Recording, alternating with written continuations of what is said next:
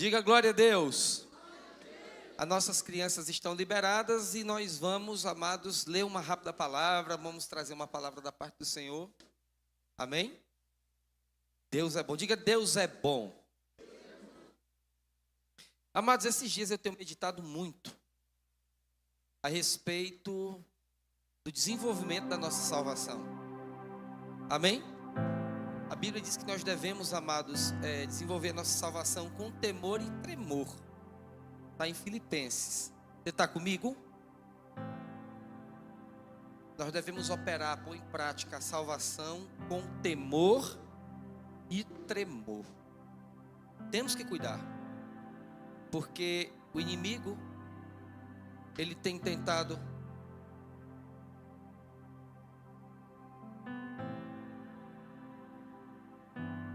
glória a Deus, aleluia. O inimigo tem tentado roubar o que temos. Lá em Apocalipse tem uma orientação do Senhor Jesus: cuida do que tem para que ninguém roube a tua coroa. Então nós temos que cuidar da nossa salvação. Você está comigo? E precisamos querer tudo que a Bíblia nos promete, tudo que tem de promessa para nós como cristãos, na nossa vida pessoal, espiritual, no coletivo também. Mas é importante a gente entender que Deus tem coisas para fazer conosco. Por mais que não esteja acontecendo no coletivo, Deus pode fazer comigo.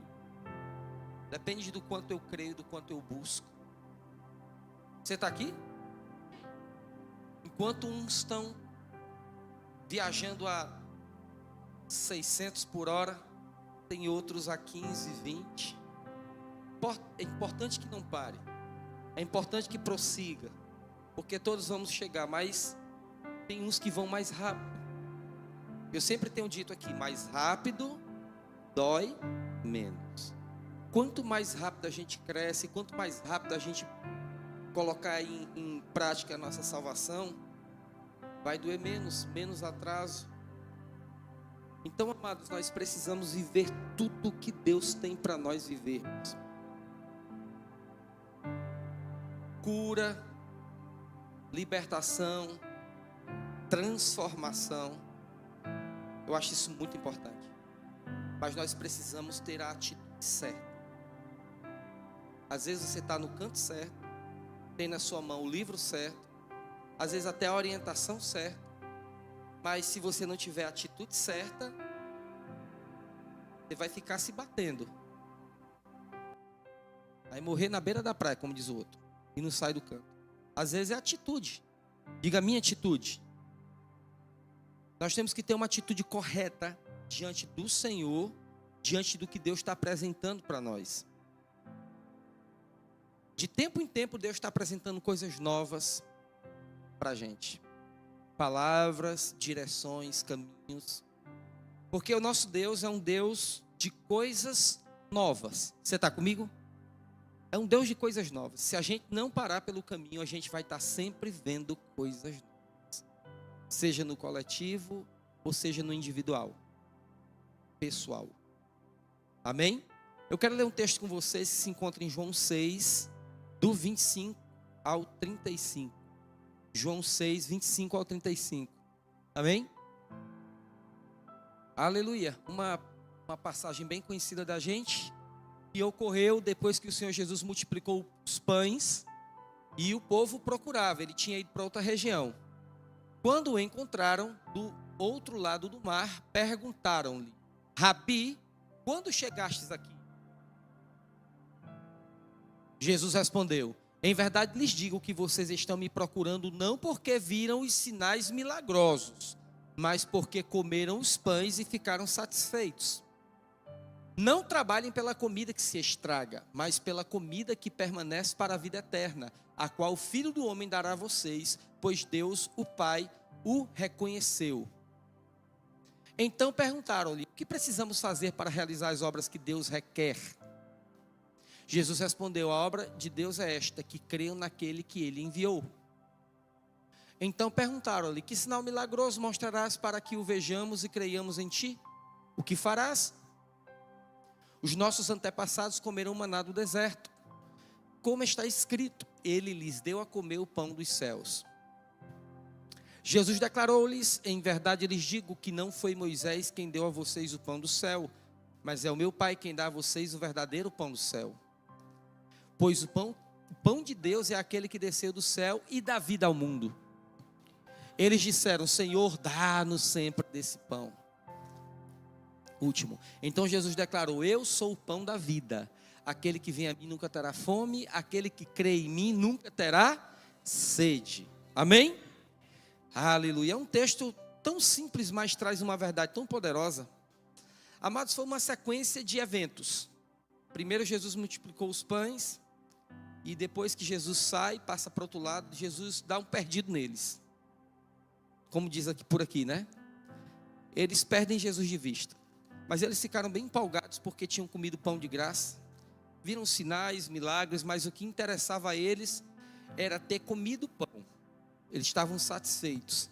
E eles, apesar de muitas gerações terem passado, eles tinham aquele mesmo espírito que tinha o povo hebreu na época que o maná caiu do céu. Naquela época, o povo era um povo que só queria saber do que eles ganhavam, do que eles comiam. Eles se preocuparam com carne quando Deus dava maná para eles. Sentiram saudade da cebola do Egito, dos alhos porós, e reclamaram com Moisés que nunca deviam ter saído de lá por causa da carne. Eles viveram muitos anos em escravidão. Eles viviam, amados, debaixo de uma opressão muito grande da mão opressora de Faraó, humilhados como povo, trabalhando feito bichos. Mas quando eles começaram a comer o maná repetido, eles começaram a reclamar. Ah, que saudade da carne do Egito, queriam voltar. Era assim a atitude do povo que Moisés libertou do Egito. Naquela peregrinação no deserto, muitos milagres aconteceram. Mas aquele povo estava sempre reclamando, estava sempre murmurando. Por isso Deus enviou codornizes para eles comerem. A Bíblia diz que foi tanta carne das codornizes que saiu até pelo nariz deles. Eles comam. Vocês reclamaram, pois vocês vão comer carne até sair pelo nariz. Eles comeram carne até sair pelo nariz. Não porque Deus seja perverso, Deus deseja ver o mal, não. É porque eles eram tão bons naquilo que eles faziam, o povo hebreu. Eles eram tão bons em murmurar, eles eram tão bons em tirar a paciência de Deus, que tinha hora que eles conseguiam tirar a paciência do Deus misericordioso. Essa era a atitude do povo hebreu, quando foi liberto pelo poder de Deus através de Moisés do Egito. Estavam peregrinando no deserto. Essa era a atitude deles. Era carne, era água. Quando estavam com sede: Moisés, cadê a água? Ah, a gente está com sede. Mas eles não se importavam como é que Moisés ia dar um jeito. Desde o dia em que Deus desceu no Horebe, no dia que Deus se manifestou e pediu que eles se consagrassem, chamando eles para uma aliança, que eles disseram: fala tu, Moisés, com Yahvé, nós temos medo. Desde esse dia que eles ficaram nessa. Moisés se vira com a parte de ter relação, comunhão com Deus, e a gente desfruta do que Deus vai mandar.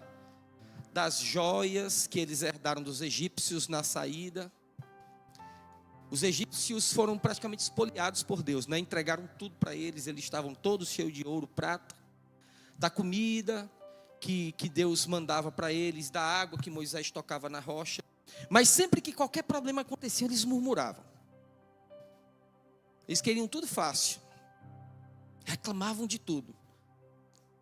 E essa era a atitude que estava no coração desses judeus que Jesus alimentou. Jesus disse: vocês não estão atrás de mim por causa dos sinais milagrosos que eu fiz, mas porque se satisfizeram com pão. Me diga uma coisa, será que quando Jesus multiplicou os pães não era um sinal milagroso? É claro que era. Mas eles não se importavam com os sinais que atraíam as pessoas para a glória de Deus, as curas, a ressurreição dos mortos, a libertação. Eles estavam preocupados em satisfação. Eles queriam satisfazer a sua natureza e o seu ventre. Imagine se Jesus tivesse multiplicado dinheiro. O que é que esse pessoal não ia fazer se Jesus tivesse multiplicado dinheiro? Jesus só multiplicou pão. Se Jesus tivesse multiplicado dinheiro, eles tinham sequestrado Jesus. É muito sério. E aí eles viram vários sinais milagrosos, mas o que importava para eles era o pão. Jesus começa a falar para eles: não trabalhem pela comida que perece. Não façam isso, não é assim. E eles continuavam dizendo: faz algum sinal. Mostra aí teus milagres, porque está escrito que Moisés deu a eles pão do céu. Eles voltavam para o pão. Eles estavam, amados, com a mente deles fixa na ideia de comer. Que Jesus multiplicasse mais pães e peixes, eles iam seguir Jesus o resto da vida. Comida de graça, né? Milagres, era o que eles queriam. E eles não entendiam que não era isso. Eu quero dizer algo para você, que nós não tenhamos a mesma atitude deles. Porque quando a Bíblia compara, quando Paulo compara em 1 Coríntios 10, compara os crentes da nossa geração, do qual Paulo fala que nós que estamos vivendo no último tempo, e compara com os hebreus, o povo de Deus que foi liberto do Egito. Ele não está falando de etnia, de nacionalidade, de usos e costumes. Ele está falando de gênero humano. Gênero humano é tudo igual. Não importa a geração, a época, o tempo, a nacionalidade. Gênero humano é igual. E Paulo diz lá em 1 Coríntios 10, que todos passaram pela nuvem, pelo mar, todos tiveram um batismo no mar, todos viram os milagres, viram as coisas portentosas, que nós não desejemos as mesmas coisas que eles desejaram. Paulo está falando da atitude daquele povo. Esse mesmo povo que estava seguindo Jesus tinha a mesma atitude. Esse texto que nós acabamos de ler de João 6, Jesus, que eles perseguem Jesus por causa do pão, e Jesus diz: eu sou o pão vivo. A gente sabe como é que essa história termina. No mesmo capítulo, mais lá na frente um pouco, eles abandonam Jesus, porque Jesus diz que é o pão vivo que desceu do céu, e que aquele que não comer da carne dele não tem vida em si. Termina com esses discípulos todos abandonando Jesus. E o que eu tenho para dizer para você nessa noite a respeito disso? Amados, que nós não façamos uma confusão. Não quero que você interprete que essa palavra que eu estou trazendo nessa noite é um balde de água fria na fé de alguém. Não, não é isso. Mas o que eu tenho para dizer para você nessa noite, amados, é que a nossa fé, ela deve estar em primeiro lugar no Senhor Jesus. Em quem Ele é e o que Ele tem para nós como Salvador. É tanto que eles perguntaram para Jesus: quais são as obras que Deus deseja que realizemos? Quais são as obras que Deus requer que realizemos? E Jesus disse só uma coisa para eles: que vocês creiam naquele que o Pai enviou, que era Ele. Creiam. É claro que eu entendo que o que Jesus estava apresentando para eles era algo primordial, era algo de base. Aqueles judeus não entendiam nada, eles precisavam seguir Jesus e primeiro eles precisavam crer. Por isso Jesus disse isso para eles: que vocês querem fazer as obras que Deus requer? Pois creiam em mim. Isso é base, isso é segurança. Temos que ter uma vida cheia de fé na obra do Senhor Jesus e estar olhando para Ele. Muitos não entendem. Tem esse aspecto maravilhoso da fé, quando nós estamos em Cristo, da questão de conquistar. Deus dá, Deus abençoa, Deus transforma. O Senhor tem dado palavras tremendas para muitos a respeito disso, daquilo. Relacionamentos, dinheiro. Claro, é claro, ministramos hoje na oferta que a bênção de Deus enriquece e não inclui dor. Mas a gente tem que colocar as coisas em ordem. A gente tem que entender que a motivação principal da gente estar aqui, por assim dizer, já que muitos entendem que servir a Deus é estar dentro de uma igreja e tem que congregar, entenda, nós temos que estar aqui porque amamos a Cristo, porque cremos nele. Porque se essa não for a nossa base, pode ter certeza, querido, que a gente vai cair. Vai cair. Porque quando vem os ventos, as tempestades, as enchentes e batem contra nós, se a gente não tiver essa base de crer nele, de ter uma aliança com ele, de ter os nossos olhos fixados nele, a gente vai cair. Em outro texto, Jesus fala: todo aquele que ouve as minhas palavras e não as pratica é semelhante ao homem que construiu a sua casa na areia. Vieram as tempestades, as enchentes e os ventos, bateram na casa, grande foi a sua ruína. Mas eu considero quem ouve as minhas palavras e pratica como aquele que construiu a sua casa na rocha. Vieram os ventos, a tempestade, as enchentes, bateram na casa, mas ela permaneceu firme. A casa pode até fazer isso, escuta, ó. Não quer dizer que você não vai sofrer, que você em alguns momentos não vai balançar. Mas escute, se você crer no Senhor Jesus, você não vai cair. Não vai, e isso é o que importa. Em primeiro lugar, o que mais importa é que você fique firme. Porque muitos ficaram pelo caminho. Muitos. Vêm os ventos e as tempestades, batem na casa. A casa balança. Mas se você tiver a sua base em Cristo, eu quero dizer para você que você não vai cair. Vai doer, vai sofrer, vai chorar, vai passar um momento difícil, mas esse momento difícil passa. A Bíblia diz, no Salmo 23, o Senhor é meu pastor, nada me faltará. Lá na frente diz: ainda que eu passe pelo vale da sombra da morte, ainda que eu passe, ainda que eu ande, você vai passar. Você pode dizer amém?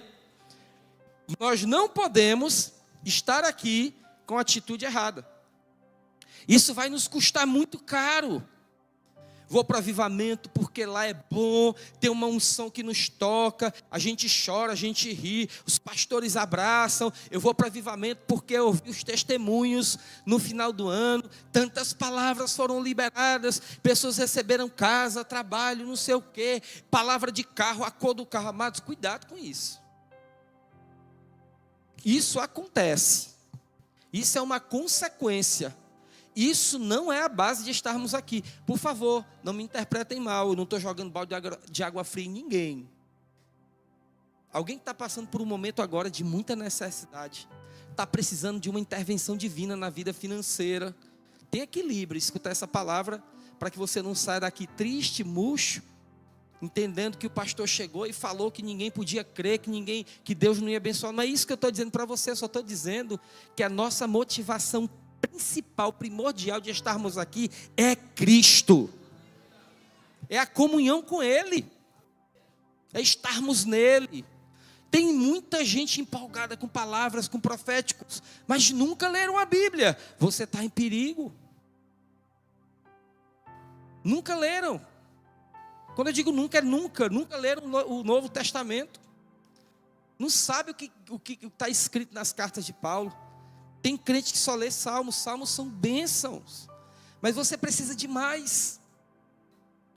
Você precisa ler a Bíblia por completo. Há níveis de transformação, cura e libertação que elas só vão se dar se você ler a Bíblia.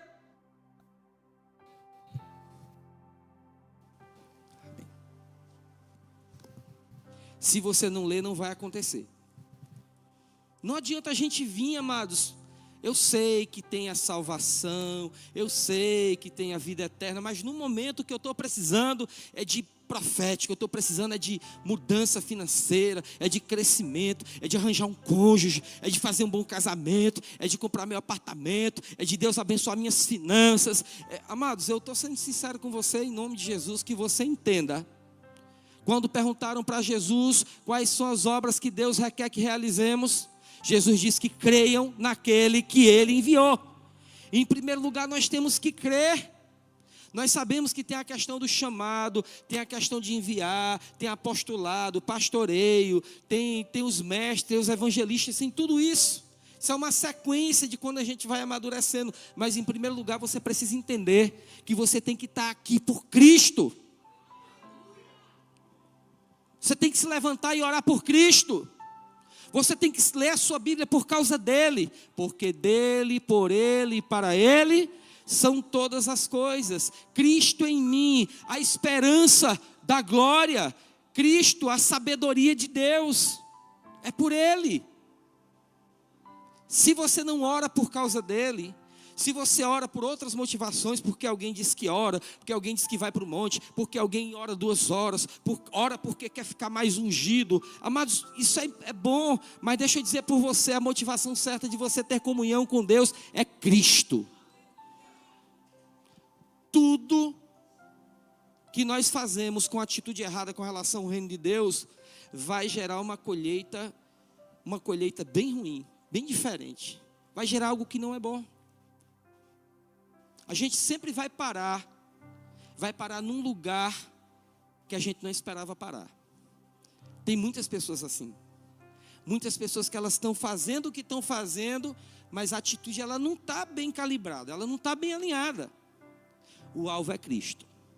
Você está comigo? O alvo é Cristo. Tem pessoas que não entenderam isso ainda. Eu sou de igreja, eu vou para a igreja. Eu sou de igreja, o que significa isso? Eu sou igreja. Eu sou a igreja do meu Senhor, a qual eu pertenço. Quando alguém pergunta para mim em alguns momentos, você é pastor? Eu digo, eu sou cristão antes de ser pastor. E sou pastor, pela misericórdia de Deus, eu fui chamado. Eu tenho prazer de dizer que sou cristão, antes de dizer sou pastor. Tem alguns ministros por aí que eles chegam em algum canto, alguém diz assim, se é crente, alguma coisa assim, como é seu nome? Apóstolo, profeta, como é que mais? Evangelista, mestre Antônio José. Teu nome é isso tudo. Tem gente que tem o prazer de colocar o ministério na frente. Eu tenho o prazer de dizer, eu sou cristão. Eu estava conversando com uma pessoa há poucos dias atrás, eu não lembro onde é que eu estava, e alguém perguntou sobre ministério, eu não lembro. Você é pastor? Eu disse assim, sou, mas eu sou cristão antes de ser pastor, e eu tenho orgulho de ser um cristão. É mesmo? A pessoa ficou meio embaraçada, né? E ser pastor e cristão não é a mesma coisa? Que eles não entendem. Eu não tenho orgulho por causa da patente do ministério, eu tenho orgulho de ser filho de Deus, de crer em Cristo. Amados, essa é a base que nós precisamos ter, porque nas horas mais difíceis, isso vai ser exigido da gente, para tomar uma decisão, para resolver um grande problema, para responder em alguns momentos que é exigido de nós, amados, a razão da nossa fé. É o que eu estou dizendo para vocês. O que adianta? O que adianta? A gente está dentro da igreja querendo tanta coisa, e nos momentos que vem as tribulações, a gente treme na base. Tem gente que esquece até que é crente. Eu tenho vontade de perguntar para algumas pessoas, sério, amados, diante de algumas coisas que eu escuto: você teve um encontro real com Cristo? Eu estou começando a achar que eu vou começar a fazer essa pergunta para algumas pessoas. É uma confusão tão grande na alma, e uma luta, quando está passando por lutas. Eu estou falando isso no geral. Dá vontade de dizer, ei amado, tu teve um encontro real com Cristo? Tive, por que está falando isso? Não importa o que aconteça, não importa o que acontecer, amado, nós temos que ter essa atitude de que tivemos um encontro real com o Senhor Jesus. Seja lá quem foi que caiu, seja lá quem foi que pecou, pastor que a gente admirava, que caiu, que pecou, que fechou a igreja, não importa. Eu continuo olhando para o Senhor Jesus. A Bíblia diz que eu tenho que imitar a fé dos líderes, enquanto eles estão fazendo o que é correto. Quando eles erram, quando eles caem, eu tiro os olhos dele e continuo olhando para Cristo. É Cristo. Você está comigo? É Cristo Jesus, o nosso Senhor. Nós precisamos entender, amados, que nós temos que estar aqui em primeiro lugar por Cristo. Deus abriu a porta que eu esperava? Amém, glória a Deus, vamos testemunhar. Deus curou? Amém, vamos testemunhar. No casamento está indo tudo de vento em popa, vamos testemunhar, vamos dar glória a Deus, vamos agradecer. Mas se não está, eu estou aqui. Se a porta não abrir, eu estou aqui. Se a coisa não aconteceu, a cura não aconteceu, eu estou aqui, dizendo para ele, vou ficar de pé até a última batida do coração. Somos provados, somos testados. A Bíblia diz em Romanos capítulo de número 8 que nós somos levados como cordeiros mudos ao matadouro todos os dias. Você sabe o que significa isso? Assim como Jesus foi levado como cordeiro mudo ao matadouro, nós também somos levados como cordeiros mudos ao matadouro das tribulações, das perseguições. Por isso que na sequência ele diz que o amor de nada nos separará do amor de Cristo. Será tribulação, angústia, perseguição, fome, nudez, perigo, espada, altura, profundidade, coisa do presente, coisa do porvir, anjo, principado, nada poderá nos separar do amor de Cristo, nada. Nada. Somos levados como cordeiros mudos. Sabe o que é mudo? Mudo é... Ah, céus, ouvidos. Eu vou morrer, vou me suicidar, vou abandonar a fé, vou sair da igreja. Não, amados. Cordeiro mudo é aquele que está sofrendo escala. Qualquer um de nós pode ficar negativo, qualquer um de nós. Eu fico às vezes passando por lutas e aparece outra, aparece outra, aparece outra. Aí vai se acumulando as lutas, aí tem hora que você fica assim sufocado. Mas isso não dá direito de você abrir a boca e pecar contra o Senhor. Temos que ficar calados. Cordeiro mudo. Senhor, estou aqui. Se o Senhor puder me livrar, me livra, Pai, porque a Tua palavra diz que muitas são as tribulações do justo, mas o Senhor os livra de todas. Mas enquanto o Senhor não me livrar, Senhor, eu estou aqui calado. Eu não vou pecar contra Ti, Senhor, não vou falar. E o pior é o período de silêncio. Amado, você pode ter certeza que para mim, eu não sei para você com relação a você, mas para mim não tem nada para machucar mais do que o silêncio de Deus.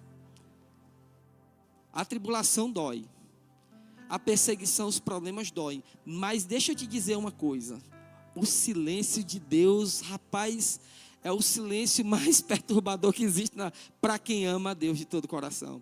E a gente sabe que Ele não quer falar por um motivo legítimo, sábio. Eu não sei se você é daqueles como eu que fica ali, Senhor, por favor, fala comigo, fala comigo, fala comigo, fala comigo. Aí Deus não fala, aí você se alegra, louva, de repente vai orar de novo, fala comigo, fala comigo, fala comigo, fala comigo, por favor, Senhor, fala comigo. Aí Deus fica calado. Até nesses momentos, amados, nós temos que continuar em obediência. Talvez você queira ouvir Deus falar no seu espírito. Você quer ouvir uma voz audível no seu espírito? Você quer ver um sinal portentoso? Como os judeus pediram para Jesus, faz um milagre aí. Que Jesus queria que eles crescem. Creio em mim. Jesus não fez sinal para eles. A hora do sinal é a hora do sinal, a hora do milagre é a hora do milagre. Tem hora que Deus dá coisa de graça para a gente, sem pedir nem nada de graça, que eu digo no sentido, você nem espera Deus, nem fala. Você nem está pedindo, nem está fazendo jejum. Você não está fazendo nenhum jejum, nem nada, consagração. Aí de repente Deus te visita em sonho, te fala coisa tremenda. Você está lá na sua oração normal, Deus vem, acontece um labacho, uma visitação, Deus fala coisa tremenda. Você não esperava, você não fez propósito, você nem pediu, fala Deus, e Ele falou. Essas coisas às vezes, amado, a gente fica com a cabeça a ponto de rachar. E aí você fica todo empolgadão. Deus falou comigo. Aí sai testemunha nos 4 cantos da rua, nos 4 cantos da igreja, né? Deus falou comigo, ó, deixa eu te contar como foi. Eu ia assim, assado aquela coisa. Aí passa 1 ano testemunhando a mesma coisa, né? 2 anos. Aí de repente Deus não fala mais. Aí você vem à oração, lembra que tu falou. Aí fica lembrando a Deus como foi que Deus falou. Tem gente rindo porque sabe que é assim. Senhor, tu falou assim, assim, assado comigo. O Senhor fala comigo. Deus não fala. Naquela hora foi de graça. Os judeus pediram um sinal. E Jesus disse, creiam. Deus está calado? Crê nele. Só creia, creia. Se Deus não está falando contigo em voz audível, talvez Deus esteja querendo te tratar. Talvez Deus queira que você escute a voz dele através da palavra. Quem sabe que a Bíblia ainda é um meio válido de Deus falar conosco? Quem crê nisso? Louvado seja Deus pela sua santa palavra. A Bíblia ainda é um meio completamente seguro e válido de Deus falar conosco. Se Deus não quiser falar de forma audível, Ele não vai falar. Talvez seja na palavra. Talvez Ele vá usar uma criança. Senhor, tu quer me humilhar? Fala comigo, Senhor. Fala com o teu ungido, teu profeta, teu Deus. Fala comigo, Senhor. Aí Deus não fala. Aí Deus escreve, bota uma criança para escrever num papelzinho, como aconteceu comigo aqui na igreja. Aí disse assim: pastor, não se preocupe, Deus vai abrir a porta. Aí entrega. Amém? Quantos podem dizer amém? Amém? Receba, está guardado, olhe lá, olhe. Amados, eu não rejeito as formas como Deus quer falar comigo. Às vezes Deus quer falar com você através de seu filho. Você já parou para perguntar? Já fiz isso, Deus falou comigo. Miguel era bem menor, disse: Miguel, tem uma palavra de Deus aí para mim. E a semana que eu perguntei isso para ele, tinham sido dias difíceis, em que eu estava com a minha alma atribulada. E às vezes a gente é tentado a achar que Deus não está com a gente. Você se sente só, parece que está abandonado. Quem já passou por isso? Aí Miguel, tem uma palavra de Deus aí para mim? E ele: não, pai. Eu insisti: fala, filho, uma palavra de Deus aí para o pai. Aí ele olhou para mim e disse assim: pai, lembra disso? Pai, o Senhor disse para você: você não está só, Ele está contigo. Aí eu: amém. Aí saí para chorar. Deus falou comigo através do meu filho. Amados, Deus, Ele usa quem Ele quiser. Vocês estão aqui? Quem Ele quiser. O que importa é que Ele nos ama. Nós não podemos duvidar do amor de Deus. Aconteça o que acontecer, Ele continua te amando do mesmo jeito. E você precisa continuar crendo nele. Amém? Crendo nele. Cuidado, se você não ler mais a Bíblia, Deus não vai falar com você. Se você parou de ler a Bíblia, é perigoso que Deus pare de falar com você, porque você tem que honrar a palavra dele, tem que ter comunhão com Deus. Não se sinta mal, não fique preocupado, saia daqui com peso na consciência. Deus não quer que você tenha peso, não é isso que Deus quer. Não estou mais lendo a Bíblia, você fica com peso, se sentindo em pecado, não. Muito pelo contrário, Deus quer que você sinta fome. Deus quer que você sinta fome. Deus quer que você sinta sede. Só para terminar essa palavra nessa noite, eu quero te dizer uma coisa. A Bíblia diz em Colossenses 2, 3, se eu não me engano, que no Senhor Jesus estão escondidos todos os tesouros do conhecimento e da sabedoria. Nele, diga nele. E o que mais nós precisamos senão de conhecimento e sabedoria? Estamos passando por lutas que nós não conhecemos o desfecho delas, nem como lidar. Eu estou passando por lutas que eu não sei como lidar com elas, amados. Eu não tenho ideia. Eu só tenho orado. Eu preciso do Senhor Jesus, conhecimento e sabedoria. Estão escondidos nele. Por que escondido? Por que a Bíblia diz que está escondido? Por que Paulo escreveu que está escondido? Porque nós precisamos procurar. Você pode dizer amém? Nós precisamos procurar nele a solução de tais coisas. Nós precisamos continuar crendo nele. Se ele está calado, se não tem sinal milagroso, se ele não nos deu palavras de graça, se ele não nos visitou quando não esperávamos, se é um tempo de expectativa para nós, amados, continua crendo. Igreja Cristã do Avivamento, continua crendo. Continua crendo. Se você não ouviu voz audível, se você não viu um milagre, continua crendo. Continua crendo. E diga para Satanás: eu confio naquele que me levantou. Eu confio no meu Redentor.